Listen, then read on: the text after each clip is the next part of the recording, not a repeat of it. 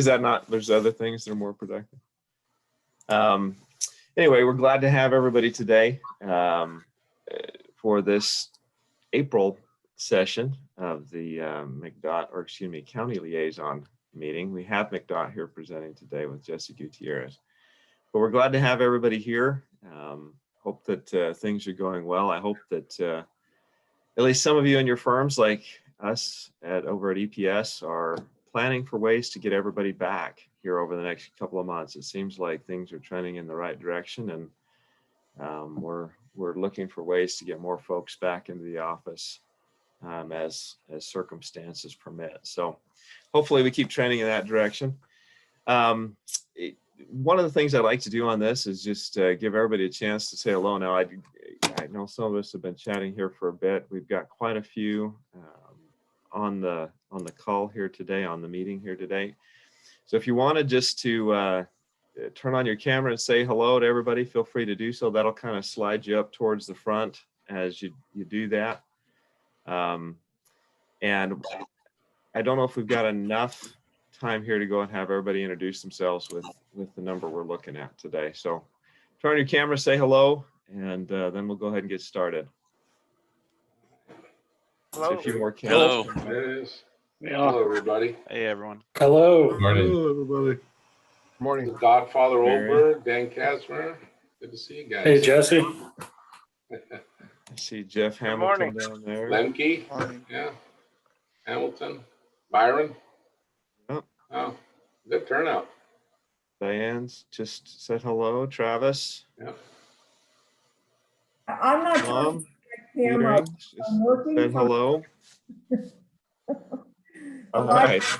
This is Jeannie Sapine, DBA Construction. I'm not turning my camera because I'm working from home and I had a very early meeting this morning, so you don't want to look at this. Okay. Well, thank you for sparing us. Appreciate it. All right. Well, thank you. We're glad everybody could be here today. Before we get started, I guess I should ask, is there any announcements that we have either from ACEC? I know ACEC's got a lot of exciting things coming up that they would like to talk about. Justin, do you want to make those announcements now or at the end? I can just run through them really quickly right now. So really, because I don't want to take up any more time, I just want to remind everyone that we are back in person for the 70th Arizona Conference on Roads and Streets, October 6th through 8th at the El Conquistador. So I hope everyone has it on their calendar, and I hope that you will be joining us. Our booth sales are already open and we are over 50% sold out. So if you are planning on getting a booth, I wouldn't ponder that too much longer. I don't know how much longer we're going to have booths available. Sponsorship sales go on sale on Monday, the 19th. So be on the lookout for that. And then general registration, the biggie, is May 3rd, Monday, May 3rd at 8 a.m. We will be opening general registration. We have worked to acquire as many hotel rooms as possible. So you either don't have to share, you don't need to find a couch, you don't have to sleep in your car, or you don't have to resort to a broom closet. However, we can only do what we can do. So we will try to accommodate as many of you as possible. We have negotiated the government rate again. So you get to stay in a $450 night hotel room for about $96. So not too bad. Plan accordingly. So anyway, guys, that's the big announcement for me today. Of course, Marigo and I, phone lines are open. So feel free to reach out to us if you have any questions whatsoever, or if we can help you out. So that's it for me. Thank you, Elijah, and I will hand it back over to you.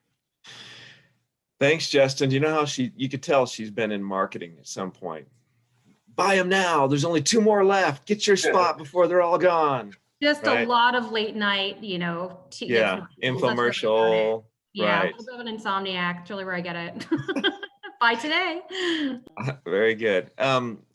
Jennifer and Jesse, before we get started with Jesse's presentation, is there anything that any announcements McDonald would like to make? Anything coming up? Yeah, I would just say, we put together our draft tip for fiscal year 23 through 20 or 22 through 26. So We also have a Transportation Advisory Board meeting next week on Tuesday. If you want to join us, that's pretty much it. Okay. All right. Well, very good. Well, today we're excited to have Jesse Gutierrez with us.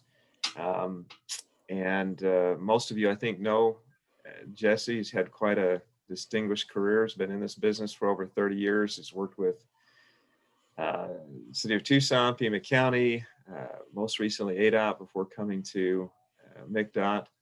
Has a engineering and business management degrees, and including a master's from University of Arizona. I'm assuming the business management was the second degree. Is that right, Jesse? When you're The other way around. Oh, really? Interesting. Yeah. So you have a business management bachelor's and an engineering master's. Yeah. Okay, that's an interesting story. I've never heard it that way around. So one of these times I'll have to hear that story. Unless you want to share it now, I guess the time is yours. Yeah, I was just a natural engineer, and my friends and folks and some of the old ADOT folks said, you need to understand business. You got to focus on business. The engineering you got down. Get that going, because once you get through that, you'll never go back. So got through that and became a registrant and went back and got my master's and got a little better at engineering. So fascinating. It's a little different.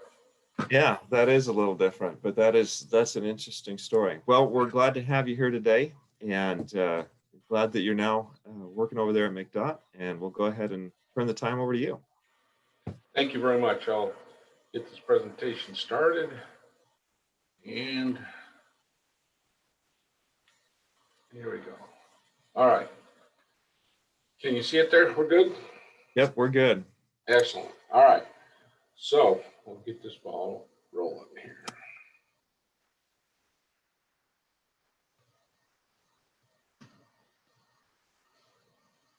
So thank you for inviting me here this morning. And I really wanted to take this opportunity to share with you some of the new ways McDonald's approaching business. As you continue to, as you'll see, as we continue to be on the move and continuously looking to evolve and provide excellent service here. Give me a second here. My screen is messing up. All right, here we go. Sorry about that. All right. So as we continuously looking to evolve to provide excellent service to Maricopa County, today I'm going to focus on three areas of change within the organization. First, I'll share information regarding our recent realignment. Then we'll discuss how the realignment will help us maximize our efforts and build our transportation asset management program. And finally, I'll share our CMAR philosophy and how we hope to use this project delivery method to help us develop our best solutions in the future. So with that, take out your textbooks and turn to page 346. Yeah, remember that. Some of you probably remember that kind of stuff, right? I always wanted to say that. But so last time we met, Jennifer shared with you our news that Nicholas was retiring. Over the past several months, we've received news that many other key members of our team have made a decision to retire. We clearly miss our colleagues and wish them nothing but the very best in their new journeys, on their new journeys. But as you know, change is always the perfect time for reflection. As we learned of the retirements, we reached a point where we became concerned about losing so much great talent and historical knowledge so quickly. And people are leaving all at once. It starts to get a little scary. So we embraced the challenge to look into the future of McDOT and how the organization could evolve to meet the future needs of our customers. Through this reflection and evaluation, we determined that this was the right time to realign some of the functions within McDOT. Our goal is to streamline our processes and maximize our efficiency and effectiveness. The first area I'd like to share with you is our project development technical functions. So for the past 6 years, our project management and planning branches have lived within the transportation system Management Division under the skilled guidance of Nicholas Swartz. And with Nicholas's retirement, we determined that it was really logical to create an arm of the engineering division solely dedicated to project development. We believe that having these technical functions more closely aligned and sharing common leadership would help us increase communication and productivity in delivering projects. Additionally, by relocating the planning and project management, the Transportation Systems Management Division will be able to place a more targeted focus on traffic operations of all our Maricopa County roads. This is a typical arrangement seen in various organizations. And again, this will promote communication and foster more collaboration under the guidance of a strong leader like Steve Wilcox. And as you can see from the slide here, that it is really these areas and the new position here reporting into the engineering division manager. So this development and the delivery and development portion is the big change. As we continue to reflect on the current structure, we also realized we had an opportunity to make changes that would improve our construction services. We realized that if we realigned our materials technology group to our permitting, construction, and our inspections division, PC&I division, that they would also benefit from improved communication and efficiency. After all, the construction management teams are the primary customer of the materials technology branch. They work hand in hand during the construction of projects. Additionally, we looked at our PC&I division and saw the opportunity to create a project resource branch within this division. This branch would be able to focus on maintenance improvement projects with dedicated inspection efforts and a new environmental coordinator to support both maintenance improvement projects and the TIP projects.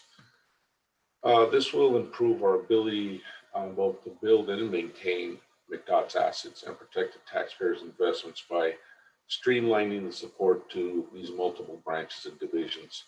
And again, you see this coming over from engineering, and this being one of the new branch we created to support the projects, as I just mentioned.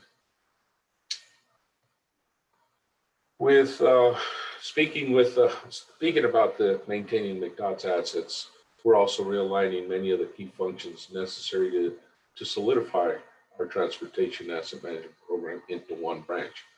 This new branch will include the asset management program, the pavement management program, and also undertake special projects. The primary goal of this branch will be to continue our efforts to modernize our pavement management program and further develop the asset management strategy so that we can use real-time, data-driven decision-making to provide our customers with the first-class travel experience when they drive on our roads, something they've been used to, and we're going to continue to push. This branch will be led by Kurt Sharp, who joined McDonald in January. And again, you see this new alignment and the positions created under that branch. With this realignment, McDonald is kicking its transportation asset management program into high gear. But before we jump into that, I'd like to share with you some of the foundations of the program. As you can see, these are just some of the many assets that we maintain, from drainage features to bridges to roadways to sign structures, traffic signals and signs, and the list goes on. Every structure must have a resilient foundation for its support. And a lot of people say strong, but I say resilient. So this image shows the foundations of our asset management program. Before we could even begin to formulate our program, we needed to lay this foundation. So one, we needed to have a complete inventory of all our assets.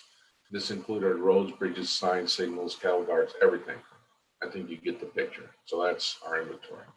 Next, we also, once we established that inventory, we really needed to create our conditions rating and rate those assets. What condition, what do we have and what conditions it's in? The next, we established a realistic level of service targets for each type. Of course, we want every bridge, every roadway to be in, A condition, maybe even B.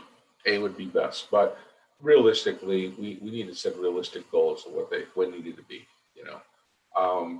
And finally, we needed to establish the cost for each of these assets to bring them up to level of service targets we established. So with this foundation in place, we could really get our asset management program to full speed. Over the past several years, McDonald has been taking inventory and rating those assets. The image provides you with a high-level visual of some of those efforts. As you can see from the colored map, these are all the different types of assets and locations and what they are, and really what the conditions at, where the condition is at.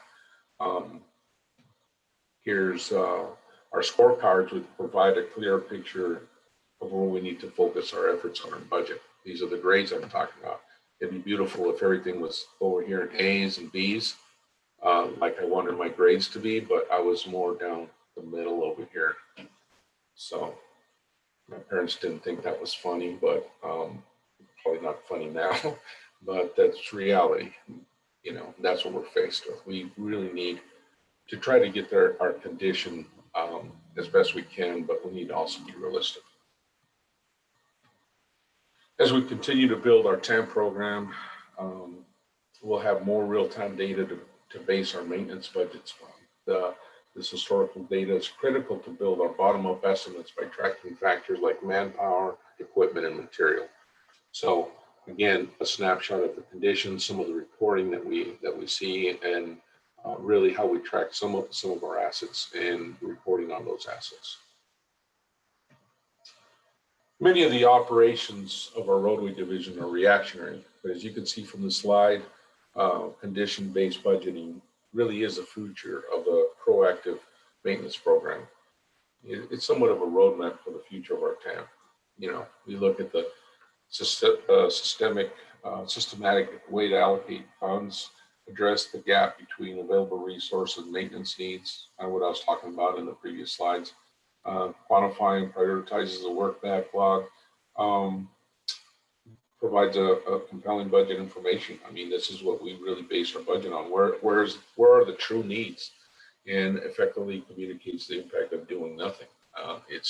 That is ultra critical in any organization. When you can see the curves, the degradation, and those models that we can generate and tell you that the condition of our roads is bridges or any of our assets are declining so rapidly without the proper maintenance. It's critical that we're able to display that not only to our own people but to legislators and the public, so they understand what we're looking at. McDOT just held the kickoff for the first construction manager project over 10 years. This project will replace the Broadway road bridges over the Tempe Canal. And the bridges are located adjacent to Loop 101 between Mesa to the east and City of Tempe to the west. They span over the Tempe Canal, which is controlled by SRP. Construction will take place during a short canal dry-up period. And due to the complexity of the construction, phasing, and maintenance of traffic, we felt we must utilize as much expertise as possible to deliver the project. And thus, because of this complexity, it lends itself very well to the CMAR process. From time to time, you might hear me call this the Tempe bridges for some reason. I got that stuck, but it's the Tempe Canal bridges, I call it sometimes. So please forgive me there. It's really Broadway bridges over Tempe Canal. But more importantly, it's really about the CMAR and CMAR process and what we're intending to do here. And that's where I'm going to talk to you a little bit more about some of the CMAR coming up here. With the CMAR being a relatively new process for McDonald, I wanted to share a little bit more about our philosophy regarding the CMARs. we're not changing the enabling statute, but want to embrace the spirit of the statute to ensure the most collaborative process possible. So when I say new approaches, or you saw maybe the title of the presentation, it's not we're changing anything. We're just really embracing and getting back to basics, so to speak. And let me get a little more into that. So you see the structure and the flow is very straightforward. You know, typical CMAR, the owner retains control. The CMAR is involved early on. The contractor is selected based on qualification, open book cost. There's two different contracts, obviously, for pre-construction services and the construction services. Pre-construction working with a designer, and then if everything goes well and the GMP is agreed upon, enter into a separate contract for the services. And really, our approach is that we want to improve how we interact. We're not trying to change the process. It's just how we interact is what's critical to us, and really what's going to make, I think, a big difference in the future.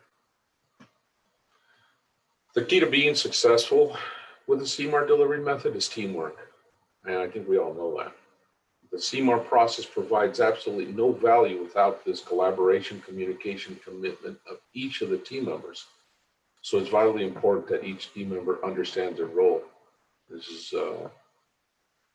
kind of really the root and the foundation of the CMAR is this collaboration, support, teamwork, and you say the words here, but it's about working together, bringing all the minds together. Our approach is nothing new, but we really want to revive and invigorate the process. And I'll cover a few areas of focus next, but it's really, when you look at the owner responsibilities, it's straightforward. We define the scope, award the design contract, select the CMAR, hire a consultant, ICE for the estimates, encourage and allow innovation. You know, it's easy to say that, but how do we do it, and how do we really embrace that? Of course, we negotiate the costs and work on the contract like I talked before, but to invigorate the process and to really revive it, it's the critical thing. A few ideas are coming that, first of all, with the designer responsibilities, pretty straightforward. You see the bullet points: prepare the project design, work and accept input from the CMAR contractor during design. It's easy to say accept input, but as designers, we really got to take that that input, not from a necessarily just a contractual side, but really from a collaborative side. You're doing it because you want to collaborate, not because it's part of the contract. And then, you know, prepare the designer cost estimate and seal the final plans. Those are straightforward things. But early on, our focus should be on quality and not worrying about the price or some of those restrictions. And, you know, as an agency, I think we always want to be good stewards of the taxpayers' dollars, but we're also stewards of the quality of what we're trying to deliver. And quality, I'm talking about value-added quality, things like getting the project done early, minimize the impact to the public, provide a long-lasting project that has low maintenance cost, reduced maintenance costs. Those are all good, high-quality type of value-added features that I want to really push for. So that's one, early focus on quality. Two, with the construction manager at risk, another collaboration, as you see the bullet points, is, you know, the straightforward, participating in the key meetings, preparing the estimate, discussing the ICE with the owner, and review other elements as constructed by the requested by the owner. When we discuss the ICE only with the owner, that's what I really want to focus on. And that's where I think we've always done that, but I really want to be able to work with everybody in the team to reconcile the ICE, the independent cost estimate with everybody at all the submittals, 30, 60, 90, 100 final, So when we transition into the construction without a lot of pain, it's not a huge argument in how in the world did you come up with this number? That GMP is $5-10 million more than we expected, or 1 or 2 million, whatever the order of magnitude might be, that when we get to the final GMP, that we're all on the same page. And really, so the effort would be here to work together to reconcile these cost estimates as we move through the submittals, as we move through the project. That's one of the ways I really want to look at reinvigorating the CMAR process. I think we've gotten away from that. Discuss the ICE only with the owner. Those are when we're really trying to limit what we're thinking about methodologies and how things are going to be constructed. There's a point where we want to share that information, but we don't want to contaminate the thinking of the ICE and vice versa, our designers, and how we come up with our cost systems. We want to stay away from groupthink, if you can picture that, but we still want to collaborate. So that's the key to making things work, is that reconciliation. 3, one of the big things, the third, when I say 3, it's the third kind of element I want to focus on is get the contractor builders in the room, not just the estimators. That's huge. As we get into the discussions and the pre-construction, I've often seen that we have great cooperation from the contractors and great ideas, but we also need those folks from the contracting community, part of the contract or the CMAR that we hire, to have the folks who are actually going to build the work participate. They're the ones who know this by heart. Not to take anything away from estimators, but we need to provide that input to the designer on constructability, cost reduction, and really the schedule and the risk reduction during this design phase. It's so critical. And the estimators have a different view of how they put the job together and develop their cost models. And I think if we get the builders in the room, it would really help. Again, part of this, let's revive the program a little bit. Let's work together and bring these teams a little closer together so we can support one another in what we're trying to accomplish. We really want to recommend innovative solutions during design. So critical. And propose these, what I want to say ATCs, but I think the term is usually used more often in design build projects, but we really need to embrace this early on with the CMARs and look at every option, not just those options that came with the 15% or the 30% plans that we're usually jump in to CMARs with. So super, super critical that we get those innovation and those ideas all the way from the estimators, the builders, to the designers, everybody involved, come up with those ideas. And then really when we get into construction is try to do everything we can, but construct the design project for the cost, not to exceed the GMP, very straightforward. I think the focus would be at this point in time is really to have some lunch and learns or some sort of gatherings or meetings or whatever we want to talk about. We'll call it so we could talk about best practices for cost building from the contractors and similar to what's done on joint ventures. I think when contractors enter into joint ventures, the 2 contractors or 3 contractors all come together. They lay down a set of guiding principles and foundation for the project, and then they go apart and generate their own cost models. They come together and they reconcile. But some of these ideas would be some best practices for cost building. And I'll put the invite out to some contractors. I thought I saw a few contractors out when we were doing the introductions there, but certainly, Sun, Kiewit, Stacy Whitbeck, FNF, any of the contractors would be willing to sit down and do like I said, a session on best practices for cost building. We can always learn from that component from the contracting community on how best to do some of these cost building models so that we're on the same page and we stay current with not only the practices but the innovations.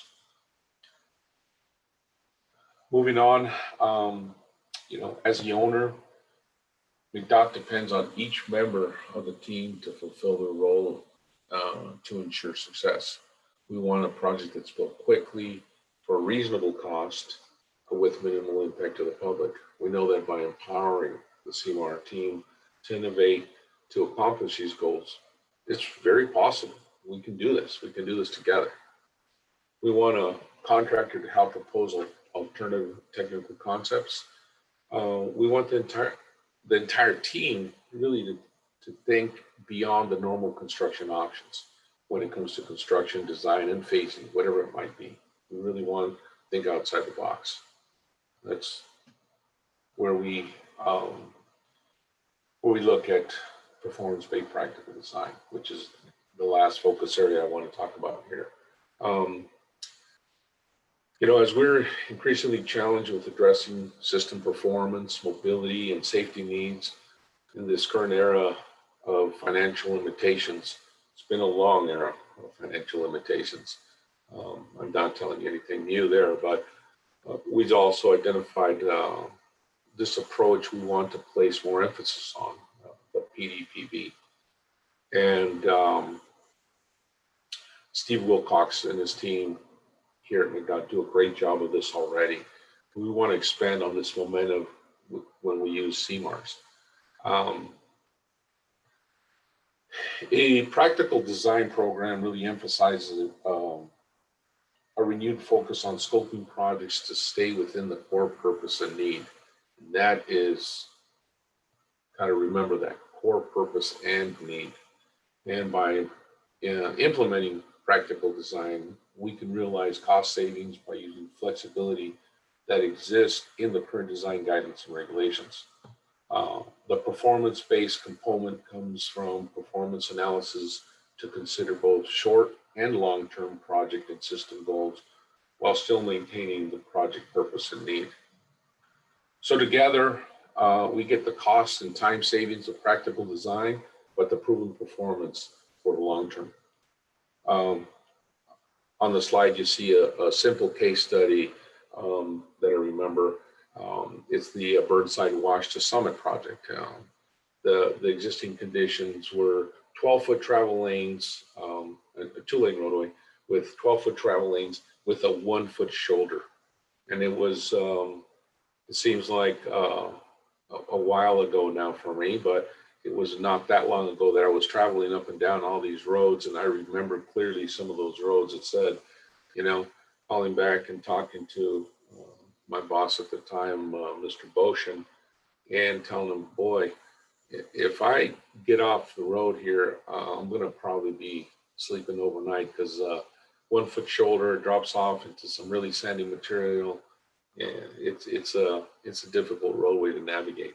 But really, this existing stretch of roadway, we have many different ones all over the county that we could really take a close look at. 12-foot travel lanes with 1-foot shoulder. There's 56 serious accidents in 4 years. And there was an analysis for the improvements that are done. You see the table there is when you look at existing conditions, alternate A and B, doing some shoulder width, just improving from 1 foot to 5 feet or 8 feet, the construction cost, the expected total crashes, or the percent of reduction of crashes, really the BC ratio analysis showed that a much higher BC ratio for alternative A rather than B with the 8-foot shoulder, 5-foot shoulders rather than 8-foot shoulders, just goes to show that really bigger, wider, taller isn't always better. And that's really the basis of the performance-based practical design. And I really want us to think about PB/PD as we move forward and in our CMARs and any project. So I think that it's a great undertaking, and we need to continue our focus in those areas. And before I close, I want to share our latest list of Mcdonald projects that we're working on that'll have some upcoming bid opportunities for construction design and construction management services. All this information is also available on our website that I'm pointing at here. But as you can see, there's quite a few projects. Please take a good look and try to get into some of these. We need the more help, the better. So jump on in there. And thank you for having me speak today and provide you with a brief Mcdonald update. I'm very pleased and fortunate to be here. Very grateful for that. But I'd like to encourage all of you to follow us on social media. Government agencies such as Mcdonald use social media as a way to keep the industry and public up to date. Fortunately, we have a great communications group with bright, motivated people full of wonderful ideas that really make it happen. Again, so fortunate to have that team help us with so much. I think that they do a wonderful job. So please follow us and stay in contact with us there. And finally, I'll be happy to answer any questions you might have. So thank you. Fantastic. Thank you, Jesse. Appreciate the presentation today and all that new information and approaches that McDonald's taking. Justin, if you wouldn't mind helping me monitor the chat to see if any questions come through via that chat window, that would be fantastic. And yes, does anybody have any questions for Jesse on anything that was presented here today? Yeah, I've got a question, Jesse. You know, there's still a lot of people in the industry that when we see CMAR and they see construction manager at risk, they somehow think that the contractor takes over some of the duties of a construction manager that's overseeing the contract between the owner and the contractor. And I don't really see a lot of changes. We still do all the inspection and test all the materials and whatnot. Do you see any changes in the construction oversight on CMARs? No, absolutely not. It's still a similar process that you saw the layout. It's really about that early collaboration where we bring a contractor on board to help with the design and the constructability. Because of the statute, we're stuck with using the word CMAR, and it almost gives a negative connotation when it's CMAR at risk. Most other states and other jurisdictions have gone to the title of CMGC, which is a little more, I think, has a little more positive tone to it with construction manager, general contractor. So I think if the title was CMGC, it would help a little. But no, to answer your question, we still follow the processes. Doesn't mean that we can't slightly modify a process to make it better as we move forward. I know we've done that in the past with some design builds on my previous job, but no, I don't see things changing here in that aspect. Thank you for the question, Bill. Hope that answered your question. It did. Thank you. And I'm glad to hear that. Other questions?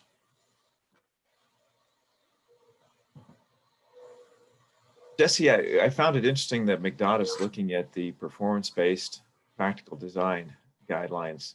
I know that ADOT's been looking at those for a little while, and your example was a great one. Is McDonald coming out with any specific guidelines that it looks at itself? Is it leveraging some of what ADOT's done in that respect before, or other federal agencies? I think we're going to be looking at, of course, we do it already in a certain sense. We're going to try to leverage what's already been accomplished in those sense and trying to reestablish the wheel, but it's really trying to leverage what I think it's ADOT's done. FHWA has a lot of literature on it, so we'll follow those guidelines and move forward. And not to say we won't develop something a little more formal, specific to us in the future, but for now, we'll follow the existing guidance from FHWA and try to, lean on ADOT a little bit since they've worked so hard on it before. So is this an approach that's going to be implemented on all new design projects? Is it strictly for CM at risk projects, or is it going to be evaluated even on any project that isn't quite out to bid yet? It is something we're currently working on now. We do it to a certain extent. It's really a case-by-case basis that we look at each case, and talking with Steve Wilcox in detail about it. They already do some of it to a certain extent. We want to continue to push it more, to find innovation, and to really look at, make sure that no stone is unturned. So yes, you'll see it, some form of it or component of it on every upcoming project. I think that's the goal, is to really take a look at what we can do. Let's not just look at business as usual. Let's look at every opportunity and innovation we can, and PUB really allows for that. So thank you for that. I hope that answers your question. It does. Thank you. Any other questions that anyone has today?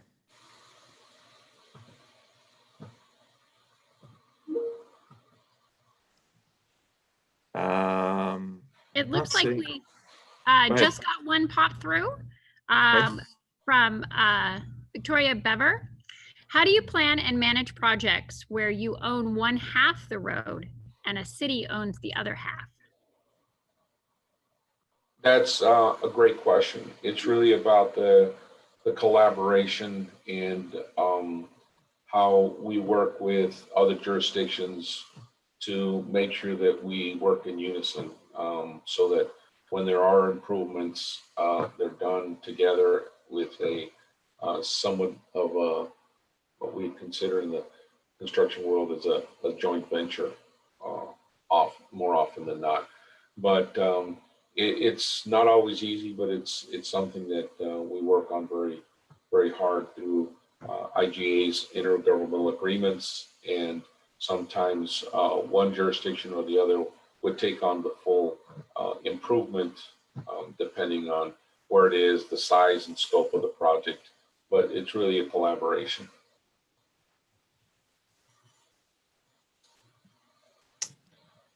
Thanks, Amerigo. Any other questions there in the chat?